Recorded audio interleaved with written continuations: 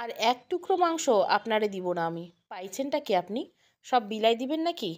শাহানা বেগমের চোখ রক্তলাল। সেই চোখের দিকে তাকাইলেন না আব্দুল সর্দার। অন্যদিকে ফিরে আস্তে আস্তে বলেন, দাও না তিন্নির মা, আরেক পোটলা আছে তো। আবারও ঝাঁঝিয়ে ওঠেন শাহানা বেগম। এই এক পোটলা আছে, তিন জামাই কালকে আসবে সে খেয়াল আছে? তারা কুরবানির গোশত খাবে না? তাদের বাপ ৮০,০০০ টাকা দিয়ে গরু কিনছে, তারা কাল এসে আলু বেগুন সালুন দিয়ে খাবে? আরে তা কেন? আমি রাতের মধ্যে তোমারে ১০ কেজি গোস্ত কিনে এনে দিব। ওই পোটলাটা দাও না তিন্নির মা। কি বললেন আপনি? আমার মেয়ে এসে কেনা গোস্ত খাবে আর আপনি সব বিলাই দিয়ে দানবীর হবেন? তারা কুরবানির গোস্ত খাবে না? কেমন বাবা আপনি? মিনমিন করে আব্দুল সর্দার বলেন, দেখো বউ, আমরা তো কিনে খাইতে পারি বলো, আল্লাহ আমাদের সেই তৌফিক দিয়েছেন, কিন্তু গ্রামের মানুষগুলো তো তা পারে না সচরাচর। তারা সারা বছর অপেক্ষা করে থাকে এই দিনটার জন্য, বাড়ির সবাই মিলে একটু পেট পুরে গোস্ত ভাত খাবে। যখন গরু নিয়ে হাট থেকে ফিরি, গ্রামে যে দেখে, আমারে দেখে, সেই আমার পিছন পিছন বাড়ি পর্যন্ত চলে আসে। সেই থেকে কুরবানির দিন পর্যন্ত গরুটারে যত্ন করে তারাই। গ্রামের সবাই সর্দার বাড়ির দিকে তাকিয়ে থাকে।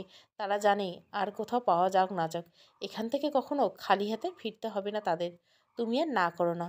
বাইরে এখনো ৫-৬ জন দাঁড়ায় আছে, পোটলাটা দাও, আমি একটু পরে গোস্ত এনে দিচ্ছি তোমারে। এক ঝটকা দিয়ে পোটলাটা স্বামীর হাতে ছুঁড়ে মারেন শাহানা বেগম। চিৎকার করে বলেন, এই শেষ ঈদ আপনার সাথে আমার, কালেই আমি মেয়েদের সাথে চলে যাব। আপনার সাথে আর একটা দিনও আমি সংসার করব না। বিয়ে হয়েছে এতগুলো বছর, খালি বিলাই নই দেখে আসতেছি। এত যে গ্রামের লোকের জন্য পেট পুরে আপনার, কই একবারও তো আপনারে ভোট দেয় না তারা। ভোট দেওয়ার বেলায় তো ঠিক ইউনুস মেম্বার। আপনার খালি কলিজা জ্বলে যায় এদের জন্য। এখন আমার মেয়ে জামাই কেনা গোস্ত খাওয়াইতে হব? করব না আমি আপনার ঘর আর। আব্দুল সত্তার মুচকি হাসি আসলেন। প্রতি ঈদে শাহানা এক কথা বলে সংসার করবে না, কিন্তু এটা যে কখনো সত্য হবে না সে সর্দার সাহেব ভালো করেই জানেন। তিনি বউয়ের হাত ধরে বলেন, ভোট নেওয়ার জন্য তো আমি গোশ বিলিয়ে দেই না তিন্নির মা। তারা আমারে যোগ্য মনে করে না তাই ভোট দেয় না। তার সাথে কোনো তো গোশ দেওয়ার কোনো সম্পর্ক নেই বলো। শাহানা বেগম শরীর কাঁপছে রাগে, এক ঝটকায় স্বামীর হাত থেকে হাত ছুটিয়ে ঘরের ভিতরে চলে যান। সব বাড়িতে মাংস রান্না হচ্ছে আর তিনি সেই দুপুরে গরু জবাইয়ের পর কিছুটা মাংস এনে রান্নায় বসেছেন। এর মধ্যে বিকেল হতে না হতে তিনি শুনেন তার স্বামী বিলানো গোস্ত বিলিয়েছেন, সাথে নিজের ভাগটাও বিলিয়ে দিয়েছেন। অনেক কষ্টে মেয়েদের জন্য এক পোটলা গোস্ত তিনি সরিয়ে ফেলেন। তাও দেখে ফেলেন আব্দুল সত্তার। তখন কিছু বলেননি তিনি, কিন্তু সন্ধ্যার সময় যখনই কয়েকজন বাচ্চা কোলে নিয়ে গোস্ত চাইতে এলো, অমনি সর্দার সাহেবের মাথা খারাপ হয়ে গেল। শেষ পোটলাটাও একরকম যুদ্ধ করেই নিয়ে গেল বউয়ের কাছ থেকে। রাগে দুঃখে চোখের পানি চলে এলো শাহানা বেগমের। সে নিজে ঘরে যে লাইট অফ করে শুয়ে পড়লো, আর আব্দুল সর্দার ছুটলেন শেষ পটলাটা নিয়ে গেটের বাইরে। কয়েকজন আশা নিয়ে দাঁড়িয়েছে, সব জায়গা থেকে হাড্ডি চর্বি দিলেও এই বাড়ি থেকে ভালো কিছু মাংস পাওয়া যাবে এই আশায় তাদের আছে। দূর থেকে সর্দার সাহেবকে পোটলা নিয়ে আসতে দেখে খুশিতে হেসে দেয় তারা। ছোট্ট একটা বাচ্চা খুব হাততালি দেয়। কই গো তিন্নির মা, ব্যাগ দাও, গোস্ত নিয়ে আসি। হারুন কসাইকে খবর পাঠিয়েছি, ভালো গোস্ত আমার জন্য রেখে দিয়েছে, নিয়ে আসি যে। তবুও শাহানা বেগম কোনো কথা বললেন না। এত রাগ লাগছে লোকটার উপর, তার মেজামাই এখন কেনা গোস্ত খাবে এটা ভেবে শরীর রাগে রিরি করে কাঁপছে।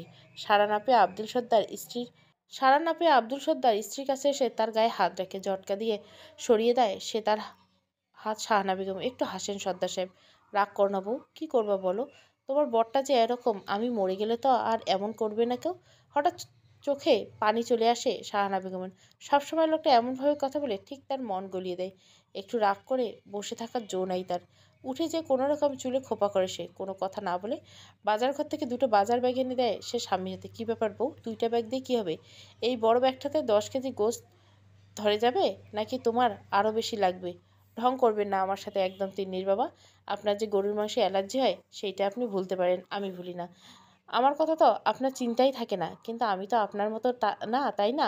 এই ব্যাগে নিজের জন্য 2 কেজি খাসির গোশত আনবেন দয়া করে। গাল ভরে তৃপ্তির হাসি হাসেন সর্দার সাহেব। বউটা এত বয়স হলো, এখনও কত ছেলে মানুষই আর অভিমানী, ঠিক 32 বছর আগের সেই কিশোরী বউটা। ব্যাগ 2 হাতে নিয়ে বাড়ি থেকে বেরিয়ে পড়ে সে। অপলক শাহানার দিকে তাকিয়ে থেকে শাহানা বেগম পিছন থেকে গর্ব হয় তার স্বামীর জন্য, সবার থেকে আলাদা সে। কী গো হারুন, আমার গোশত আলাদা করে রেখেছে তো? মেজামাই আসবে, ভালো গোশত দিও। হারুন একগাল হাসে। কী কন সর্দার সাহেব, আপনার কি বলে দিতে হবে এই হারুনের ভালো গোশত দেওয়ার কথা? তবে সর্দার সাহেব, আপনার এই জিনিসটা আমার মাথায় ঢোকে না। প্রতি ঈদে প্রায় আপনার গোশত কিনতে আসা হয়, এত বড় কুরবানি দিয়েও নিজের জন্য কিছুই রাখেন না? মানুষ তো ভালো না আজকাল বেশিরভাগ, তারা উল্টোপাল্টা কথা কয় আপনার নামে। এসব নাকি আপনার নাটক, লোক দেখানো সব কিছু। হো হো করে প্ল্যান খোলা হাসি হাসেন সর্দার সাহেব। হাসতে হাসতে পানি এসে যায় তার। হারুন কসাই অবাক হয়ে তাকিয়ে থাকেন তার দিকে। লোকটা এমন অদ্ভুত কেন তার মাথায় ঢোকে না। লোকে যে তাকে পাগল বলে, এটাও সে বলবে না ওনাকে, কারণ এত ভালো মানুষ সচরাচর দেখা যায় না। এই মানুষদের মনে কষ্ট দিতে নেই। শোনো হারুন, লোকে যে আমারে এসব কথা বলে আমি খুব ভালো করে জানি। আমার যে পাগল বলে তাও জানি। বাইরের লোকের কথা কি বলবো, আমার নিজের জামাইরাও তাই বলে। মেয়েদের সামনে হাসতে হাসতে ব্যঙ্গ করে আমাকে নিয়ে। কিন্তু কি করব বলো, আমি মানুষটাই এমন অদ্ভুত। কেন আমি নিজেও জানি না। হয়তো এই যে গোস্ত কিনে নিয়ে যাচ্ছি, বাড়ি যেয়ে যদি দেখি আরও কয়েকজন গোস্তের জন্য আসে, আমি হয়তো এখান থেকে তাদের দিয়ে দিব। আর তোমার কাকিমা আবার চিল্লাপাল্লা শুরু করবে। আমি আবার ছুটবো তোমার দোকানে। মানুষের তো কত নেশা থাকে বলো। কেউ পান খায়, কেউ সিগারেট খায়। এটা মনে করো আমার নেশা। মানুষের খুশি দেখার নেশা। নেশার থেকে কি বেরিয়ে আসা যায় রে হারুন? শেষ কথাটা চোখে পানি চলে আসে হারুনের। লোকটা আসলেই অদ্ভুত, বড়ই অদ্ভুত। এমন মানুষের দেখা পাওয়া ভাগ্যের বিষয়। কই গো হারুন, তাড়াতাড়ি করো, দেরি হলে আবার আমার বাড়ির রানীমা অগ্নিকাণ্ড বাঁধিয়ে বসবেন। এমনিতে যে চটে আছেন। আর এক কাজ করো, এই ছোট্ট ব্যাগে 2 কেজি খাসির গোশ দিয়ে দাও। অ্যালার্জির জন্য গরু খেতে পারি না। ভাগ্যিস 2 কেজি খাসির গোশ ছিল সর্দার সাহেব। সব বিক্রি হয়ে গেছে। এই 2 কেজি ছিল, মনে হয় আপনার জন্যই ছিল গোশটুকু। হাসলেন সর্দার সাহেব। ভালো মানুষের হাসিটা কি ভীষণ সুন্দর হয়। গোশ নিয়ে বাড়ির পথে হাঁটছেন সর্দার সাহেব। এত বড় ব্যাগ নিয়ে হাঁটতে কষ্ট হচ্ছে তার। আশেপাশে তাকে একটা ভ্যান খুঁজছেন। তাকে দাঁড়িয়ে থাকতে দেখে ভ্যানওয়ালা নরেন এগিয়ে এলো তার কাছে। সর্দার সাহেব বাড়ি যাইবেন, উইঠা বসেন ভ্যানে। নরেনকে দেখে খুশি হন আব্দুল সর্দার। ছেলেটা বড্ড ভালো। বাড়ির সবাই ভালো আছে তোর রে নরেন? বৌমা আর আমার নাতিটা কেমন আছে রে? কি নাম যেন ওর? ওর নাম পূজা সাহেব। ও হ্যাঁ হ্যাঁ, পূজা মেয়েটা বড্ড পাকা হয়েছে তোর। নিয়ে আসিস একদিন আমাদের বাড়ি। নরেন উত্তর দেয় না। এক মনে ভ্যান চালাতে থাকে। একটু অবাক হন আব্দুল সাহেব। নরেন তো এমন চুপচাপ থাকার ছেলে নয়। ওর ভ্যানে উঠলে ওর কথার ফুলঝুরি ছুটতে থাকে। কিরে নরেন, কি হয়েছে তোর? এমন চুপচাপ কেন রে তুই আজকে? কই সাপ, কিছু হয় নাই তো। কিছু তো হয়েছে। কি হয়েছে আমারে বল। কি আর বলবো, মেয়েটা বড্ড অভিমানী হয়েছে। যাদের সাথে খেলা করে সবাই নাকি আজকে মাংস দিয়ে ভাত খাবি, তাই বায়না ধরেছে ও এখন মাংস দিয়ে ভাত খাবে। এদিকে খাসির মাংস যা দাম, ওরে কেমনে যে বুঝাই। কাঁদতে কাঁদতে বাড়ি মাথায় তুলে ফেলেছে। দিছি একটা চর, সেই থেকে মনটা অশান্ত হয়ে আছে সাহেব। আঁতকে উঠলেন আব্দুল সাহেব। মেয়ের গায়ে হাত তুলছিস নরেন? এত ছোট বাচ্চা, ও কি বোঝে এত কিছু? সবাই মাংস দিয়ে ভাত খেয়েছে, ও খাইতে চাইছে, তাই বলে ওরে মারবি রে নরেন? কি করবো সাহেব, সারা মাসে যে আয় তা দিয়ে কোনো রকম পেট পুড়ে খাওয়াই হয় না 2 বেলা। সব কিছুর যা দাম এই বাজারে, আমাদের মতো গরিবের স্বাদ থাকলেও যে সাধ্য থাকে না। নয়নের গলা ভার হয়ে আসে। থম মেরে বসে থাকে আব্দুল সত্তার। তার কষ্টে বুকটা ফেটে যাচ্ছে। সন্তানের চাহিদা না মেটাতে পেরে তার গায়ে হাত দেওয়া যে কি কষ্ট, সে একমাত্র বাম্মাই জানে।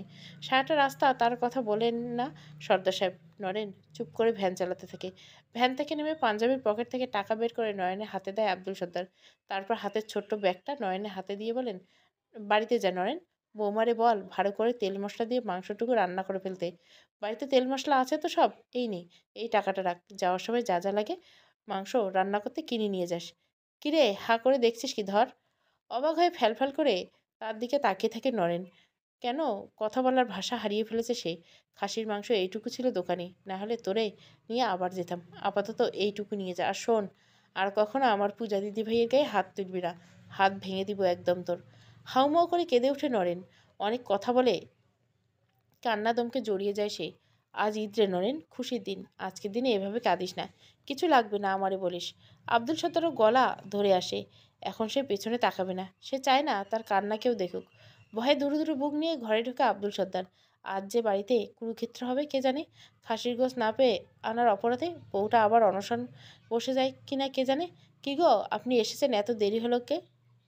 মিনমিন করে আব্দুল সর্দার বলেন, এই আর এই নাও গরুর গোশ, রান্না চড়িয়ে দাও। ভুরুকুচকে শাহানা বেগম বলেন, খাসির গোশ আনেন নাই? ঠিক এটাই ভয় পাচ্ছিল আব্দুল সর্দার, কি যে হবে এবার। মিথ্যে কথাও তার মুখে আসে না। বিড়বিড় করে বললেন, আসলে হয়েছে কি 3 দিন মা। তাকে কথা শেষ করতে দেয় না শাহানা বেগম। হাসি হাসি মুখ করে বলে, ভালোই করেছেন আনেননি। ইউনুস মেম্বারের বাড়ি থেকে 4 কেজি খাসির গোশ এসে সে। এদিকে খাসির গোশ তো এবারে আপনি ছাড়া আর কেউ খায় না। আমার মেয়ে জামাইরাও খায় না। এত খাসির গোশ দিয়ে কী হবে? ভুরুকুসকে আব্দুল সর্দার বলেন, ইউনুস মেম্বার আমার জন্য পাঠিয়েছেন? আব্দুল সর্দার আর ইউনুস আকবর দুজনেই দুজনের প্রতিদ্বন্দ্বী। এই ইলেকশনে দুজনেই মেম্বার পদে দাঁড়াবে। বারে, আপনি যে বাড়িতে গরুর গোশত পাঠালেন, সে তো আমি প্রতিবারে পাঠাই, কিন্তু ও বাড়ি থেকে তো আসে না কখনো। ঠোঁট উল্টে সাহানা বেগম বলে, সে আমি জানি না। আর হ্যাঁ, ও বাড়ির ছেলেটা গোস্তের সাথে একটা চিরকুটও দিয়ে গেছে আপনার জন্য, ধরেন। অবাক হলেন আব্দুল সর্দার। ইউনুস আকবর তাকে সহ্যই করতে পারে না, গোস্ত সাথে আবার চিরকুট পাঠিয়েছে, কি অদ্ভুত ব্যাপার। এই যে আব্দুল, ছোটবেলার মতো এখনো মহৎ সেজে যাবি? ছোটবেলায় আমি পরীক্ষার সময় তোর খাতা দেখার পর আমি তোরে দেখাতাম না, আর তাই নিয়ে কোনোদিন মন খারাপ করতি না তুই। শোন, এত ভালো মানুষ হওয়ার ট্রেনিং কোথা থেকে পেলি রে তুই? আমাকে সেই ট্রেনিং সেন্টারে ভর্তি করে দিস তো। তুই একটা এক নম্বরে ভালো মানুষ বেটা। আমি একজন অন্তত খারাপ মানুষ। সেই খারাপ মানুষের কাছে তুই সার্টিফিকেট পেয়ে গেলি এক নম্বরে ভালো মানুষ। প্রতিদ্বন্দ্বীদের ঝগড়াঝাটি না হয় ভোটের মাঠেই হবে। ঈদের দিন হয় সব ভুলে যাই আমরা, ঈদ মোবারক। গাল বেয়ে নোনা পানি গড়িয়ে পড়তে থাকে আব্দুল সর্দারের। মুছতে ইচ্ছে করে না তার। সমাপ্ত। একজন ভালো মানুষ।